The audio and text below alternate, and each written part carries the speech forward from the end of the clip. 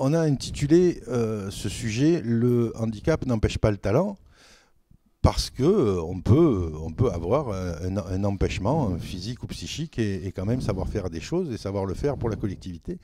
Et pour le prouver, j'ai invité Olivier Zerbib de Séquence Clé Productions. Bonjour Olivier. Bonjour. Alors, quand on est dans une entreprise adaptée comme la vôtre, Séquence Clé Productions, dont on a vu dans une interview précédente qu'elle n'était pas si différente des autres d'ailleurs, parce qu'elle avait les mêmes impératifs que toutes les autres entreprises, euh, comment se passe l'intégration d'un salarié qui vient dans une entreprise adaptée? Alors, avant de parler d'intégration de la personne, je voudrais vous parler un petit peu au préalable, si possible, de la façon dont elle est recrutée, puisque c'est quand même au niveau chronologique la phase précédente, et j'allais dire donc la phase qui est quand même la plus importante, la plus charnière. Donc tout d'abord un petit mot au sujet du handicap n'empêche pas le talent. Le handicap n'empêche pas le talent. À l'origine, c'est un slogan qu'ont trouvé les organisateurs du festival Regard Croisé, qui est un festival sur l'entreprise et les handicaps, qui a lieu à Saint-Malo tous les ans au mois de novembre et qui est organisé par Mireille Malo et Patrice Drevet avec l'association L'Hippocampe. Donc en fait, ce festival a trois objectifs, trois grands piliers: faire bouger les lignes et montrer faire bouger les lignes et changer de regard, faire en sorte que les entreprises changent de regard vis-à-vis du handicap. Le second pilier, c'est de montrer qu'être différent est une richesse pour l'entreprise.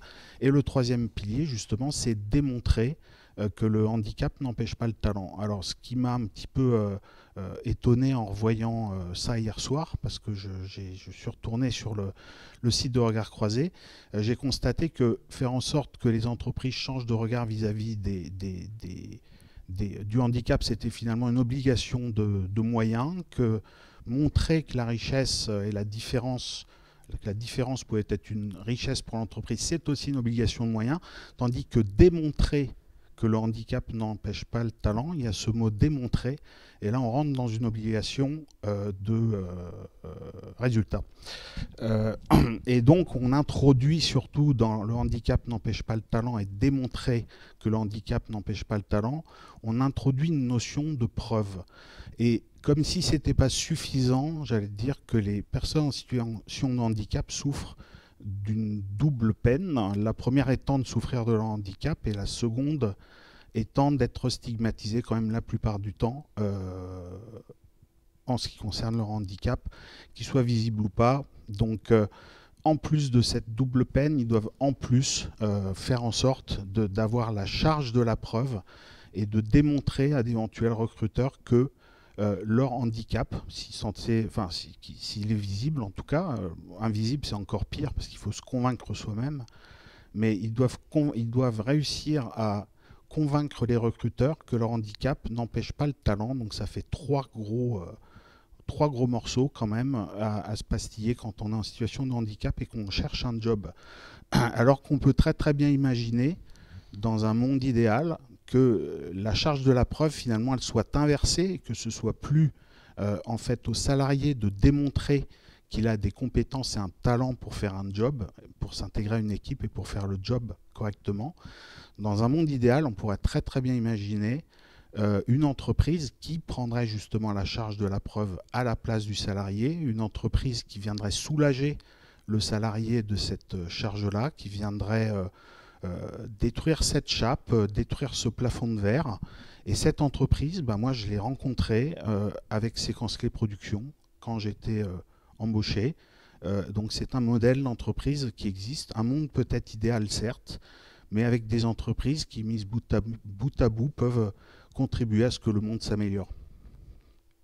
Alors voilà, on a montré que aujourd'hui, il y a des portes qui s'ouvrent pour des personnes qui peuvent aller exprimer ce qu'ils savent faire, parce qu'on ne le perd pas son talent.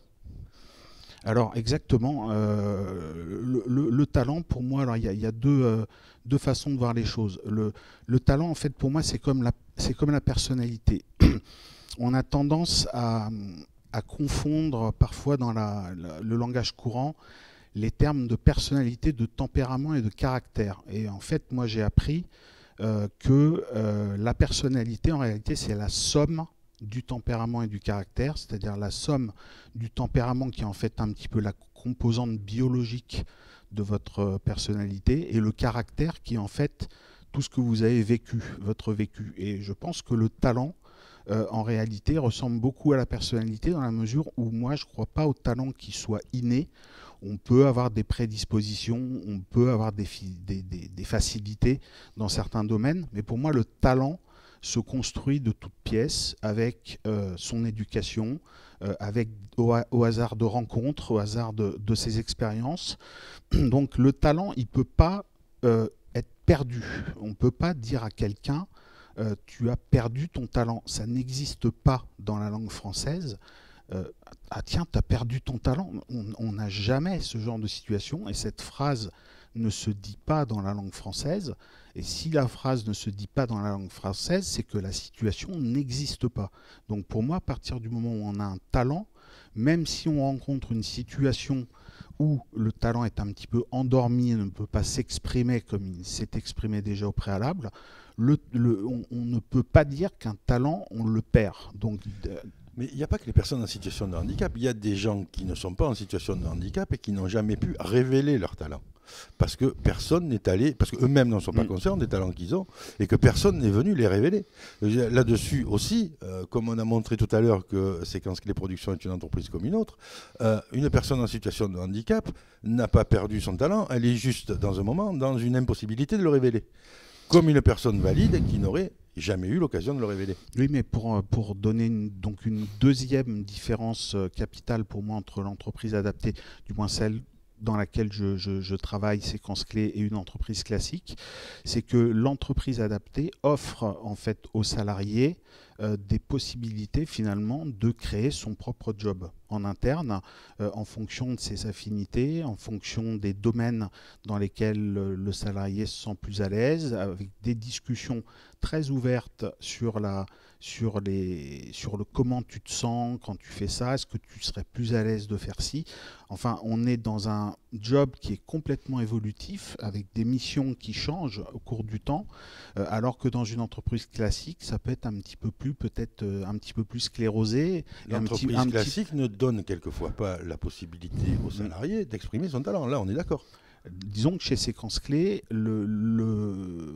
l'objectif de mon dirigeant qui vient de s'exprimer, c'est d'optimiser les talents de tous. C'est-à-dire que si moi je suis recruté, au début j'ai été recruté comme responsable commercial, responsable du développement, on s'est rapidement rendu compte que en fait c'était pas tout à fait mon kiff, si j'ose m'exprimer ainsi. Je l'ai fait malgré tout, et à partir d'un certain moment, on s'est rendu compte que j'avais peut-être d'autres facilités et d'autres compétences qui pourraient être plus utiles pour l'entreprise, et donc j'ai été orienté vers un poste tout en gardant un petit peu quand même, non pas la main, mais un œil averti et attendri sur mes clients, un métier qui soit un petit peu plus créatif et un petit peu plus dans l'écoute, un petit peu plus dans l'analyse du besoin client, et c'est une position un petit peu à l'intersection du commercial et du créatif, dans laquelle je me sens mieux, dans laquelle je suis plus à l'aise. Et si je fais des insomnies le soir, c'est parce qu'il me tarde d'être demain. Alors, mais je dirais que pour moi, ce n'est pas une entreprise adaptée, c'est une entreprise intelligente. C'est-à-dire qu'à un moment, on s'aperçoit qu'on a quelqu'un dans l'entreprise qui pourrait être mieux positionné à notre poste. C'est un peu comme si je prends le coach du Paris Saint-Germain ce soir, qui va se rendre compte qu'à un moment, ce joueur-là au milieu de terrain, il serait peut-être mieux un cran derrière ou un cran devant, et on le repositionne pour le bien de l'ensemble de l'équipe. Et ça me semble être une démarche intelligente plus qu'adaptée. Ou alors ça voudrait dire que si les entreprises se mettaient à être adaptées, elles deviendraient intelligentes. Ce qui, pour moi, est le bon raisonnement.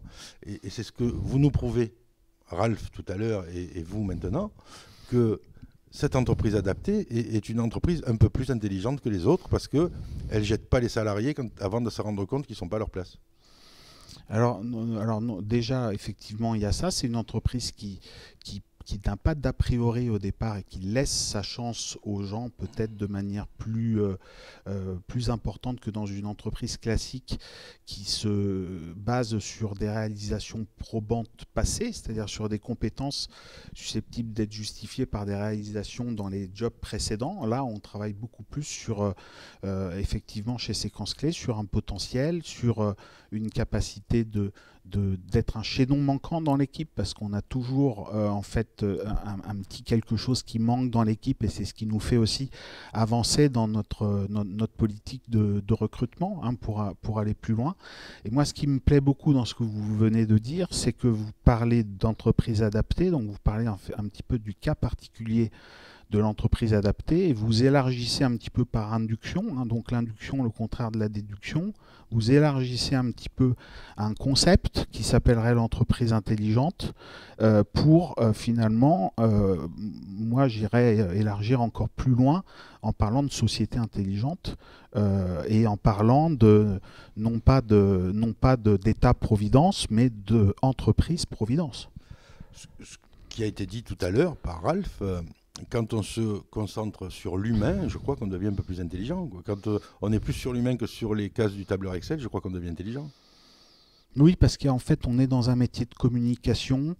Donc, en tout cas pour nous, il y a beaucoup de choses qui se disent au travers de l'humain, au travers des émotions et au travers des évocations. Donc, à partir du moment où on s'adresse à des humains et où on traite le plus possible maintenant de sujets de responsabilité sociétale et environnementale, des sujets humains de DRH, de marque employeur, de formation, effectivement, on est quelque part obligé. Ralph disait c'est le cordonnier le plus mal chaussé, mais en réalité, quand on traite des sujets humains, on doit nous-mêmes montrer l'exemple, on doit nous-mêmes, là, il y a peu de temps, on se disait, on est une entreprise adaptée, on a une personne sourde et muette dans l'entreprise et on ne sait pas parler la langue des signes, et bon, on se disait, là, on n'est pas, quelque part, on n'est pas propre là-dessus, et on a mis en place une formation avec un formateur qui vient régulièrement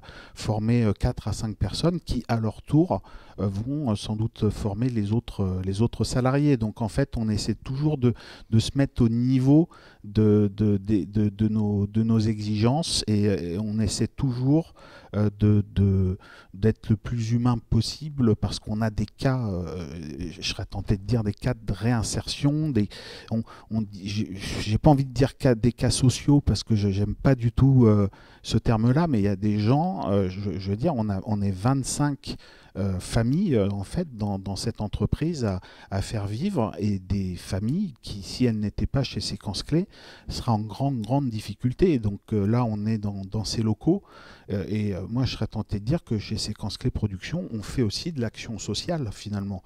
On fait de l'action sociale parce qu'on permet donc à des personnes qui ont connu des situations difficiles de handicap, des situations éloignées du travail qui ont pu être très très longues, et en même temps, entre nous, la façon dont on communique, on est des pères aidants les uns pour les autres. Donc on fait de l'action sociale finalement à la fois pour nous en interne, mais également à l'externe en traitant de sujets humains, de handicap, de diversité et de RSE. Merci beaucoup d'être venu et de m'avoir permis de demander à ce que entreprise adaptée soit remplacée par entreprise humaine. Je pense que c'est ce qu'on peut... Et intelligente. Et intelligente, c'est ce qu'on peut conclure. Merci Olivier d'être venu témoigner. C'est moi qui vous remercie. Merci beaucoup.